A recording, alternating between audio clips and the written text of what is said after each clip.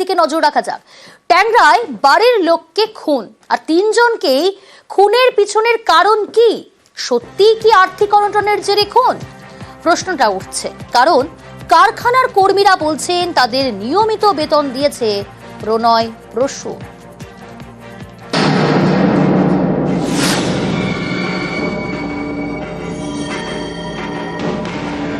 একই বাড়ির 3 ঘরে 3 জনের দেহ। ট্যাংরার দে পরিবারের 3 জন খুন, সুদর্শনা, রমি এবং প্রিয়ঙ্বদা। আরেকদিকে এই পরিবারের 3 জন দুর্ঘটনায় জখম, প্রণয়, প্রসূন এবং প্রতীপ। অনেকেই বলছেন আর্থিক অনটনের জন্য চরম সিদ্ধান্ত নেয় দে পরিবার, কারণ তাদের ব্যবসা ঠিকমতো চলছিল না। বাজারে কয়েক কোটি টাকা ঋণ হয়ে গিয়েছিল। সত্যিই কি তাই? দে পরিবারের কারখানার কর্মীরা কিন্তু অন্য কথা বলছেন। 26 বছর ধরে কাজ করছি ওখানে। আপনাদের কোনো পেমেন্ট বাকি রয়েছে? না, কোনো পেমেন্ট বাকি না। এখন তো আমরা চিন্তা করছি দাদা আমাদেরকে এই আর্থিক অনটনের মধ্যে কিভাবে আমাদের পেমেন্ট করতে, কম বেশি করে 50-55 তো হবেই। কখনো ব্যাংকেও পেমেন্ট দিত, লাস্ট 2-3 মাস আমাদের হাতে পেমেন্ট দিচ্ছে। ট্যাংরার দে পরিবারের চামড়ার গ্লাভস তৈরির ব্যবসা। শিল লেনে বাড়ির কাছেই কারখানা। সংস্থার নাম protective leather gloves private limited. স্থানীয়দের একাংশের দাবি 3 বছর ধরে তাদের ব্যবসা নাকি একদমই ভালো চলছিল না। তার জেরেই খুন বলে অনেকের ধারণা। কিন্তু তাই যদি হবে, তাহলে কারখানার কর্মীদের নিয়মিত বেতন দিত কিভাবে? পেমেন্ট আপনি মাসে পেতেন? না, আমাদের সপ্তাহে সপ্তাহে ঠিকঠাক টাইমে পেমেন্ট হয়ে যেত? হাতে পেমেন্ট পেতেন নাকি হাতে হাতে? কোনোদিন ব্যাংকে পান না, তো ভালোই কাজ হচ্ছিল। আমরা থেকে ভাবতেই পাইনি এরকম কাজ হবে। আমরা এখনো পর্যন্ত এই লাস্ট সপ্তাহেও পেমেন্ট পেয়ে গেছি। প্রথমে বাড়ির 3 জনকে খুন, একেবারে ঠান্ডা মাথায়।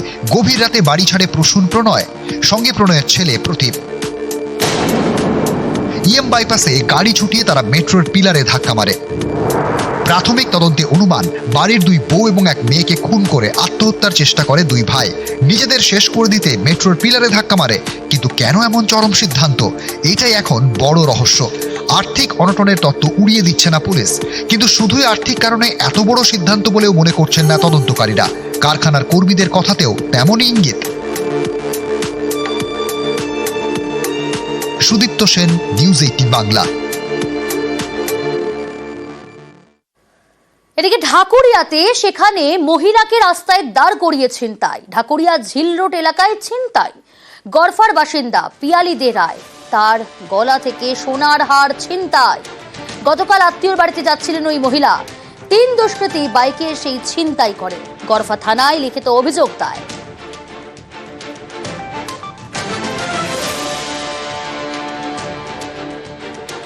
গড়ফা থানা এলাকার নস্করপাড়ার বাসিন্দা পিয়ালি দে রায়, তিনি শনিবার বিকেলে এই রাস্তা ধরেই তিনি পায়ে হেঁটে একাই আসছিলেন তার আত্মীয়ের বাড়িতে।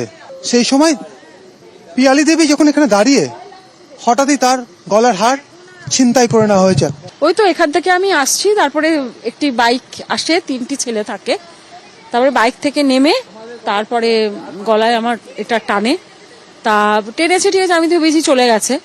তারপরে আবার আমার দিকে চড়াও হয়। তখন আমি বললাম কি ব্যাপার, চড়াও হওয়ার কারণটা কি, এবার অন্য কোনো মতলব আছে কিনা, কারণ এখন নারী নিরাপত্তা একেবারে নেই। তারপরে দেখলাম না, জিনিসটা এখানে ঝুলছিল, এটা টানার জন্যই ওরা চড়াও হয়। আর এই রাস্তায় মাঝে মাঝে এরকম হচ্ছে। এটা খুব মানে অন্ধকার থাকে জায়গাটা, ওটা মেন রোড তো। আর এখান থেকে সবসময় বাইক ফাইক যাচ্ছে, কে যে যাচ্ছে, খুবই আনসিকিউর ফিল করি আমরা এই জায়গাটা, এই গলিটা বিশেষ করে। মেন রোডে যেমন কি অনেক লোকজন থাকে, এখানে তো সে সিকিউরিটি নেই এখানে। আমার তো ভয়, আমি তো সার্ভিস, আমি রাত্রে অনেক রাত্রেই ফিরি, তা আমার একটা ভয়ই লাগছে শুনে যে এরকম যদি হয় তাহলে আমাদেরও তো নিরাপত্তাহীনতায় ভুগবো না। ক্যামেরা রাজীবের সঙ্গে অমিত, নিউজ 18 বাংলা, কলকাতা। বারুইপুরে আগ্নেয়াস্ত্র হাতে দাপাদাপি। ড্রেন তৈরি নিয়ে 2 প্রতিবেশীর মধ্যে ঝামেলা, আর ঠিক তখনই আগ্নেয়াস্ত্র দেখিয়ে প্রাণে মেরে ফেলার হুমকি। আগ্নেয়াস্ত্র হাতে হুমকির সেই ভিডিও ভাইরাল, দেখছেন সেই ভিডিও। আগ্নেয়াস্ত্র সহ গ্রেফতার করা হয়েছে অভিযুক্তকে।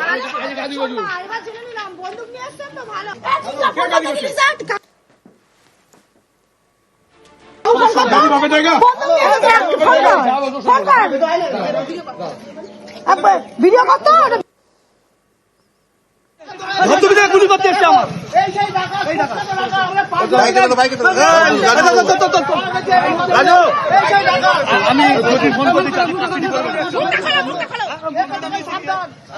সোজা আমার হাজবেন্ডের নামে এসে গালাগাল করে বিচ্ছি নোংরা ভাষায় গালাগাল করছে এবং ওকে গালাগাল দিয়েই বন্দুক নিয়েই ডাকছে, বলছে আয় এখানে লাশ ফেলে দেবো। যে ভাই আপনি বন্দুক এনেছেন, আপনি কি গুলি মেরে দেবেন নাকি, গুলি মেরে দেন নাকি? বলছে এখানে লাশ ফেলে দেবো বলে ওখানে আমাদের দড়ি মেপে ওনারা যে মিস্ত্রিরা যে কাজ করছিলেন ওনাদের এসেই মতো দড়িটা টান মেরে ছিঁড়ে ফেলে দিয়ে কতগুলো স্টিক, যেগুলো স্টিলের স্টিক, সেগুলো নিয়ে আমার বাড়ির কর্নারে একদম শেষের সাইডে, রাস্তার শেষের সাইডে সেগুলো জড়ো করে রেখে দিয়েছে। চাইছি আমাদের ড্রেনটা ভালোভাবে হয়ে যাক, আমরা ভালোভাবে নিরাপত্তায় থাকি, এটাই।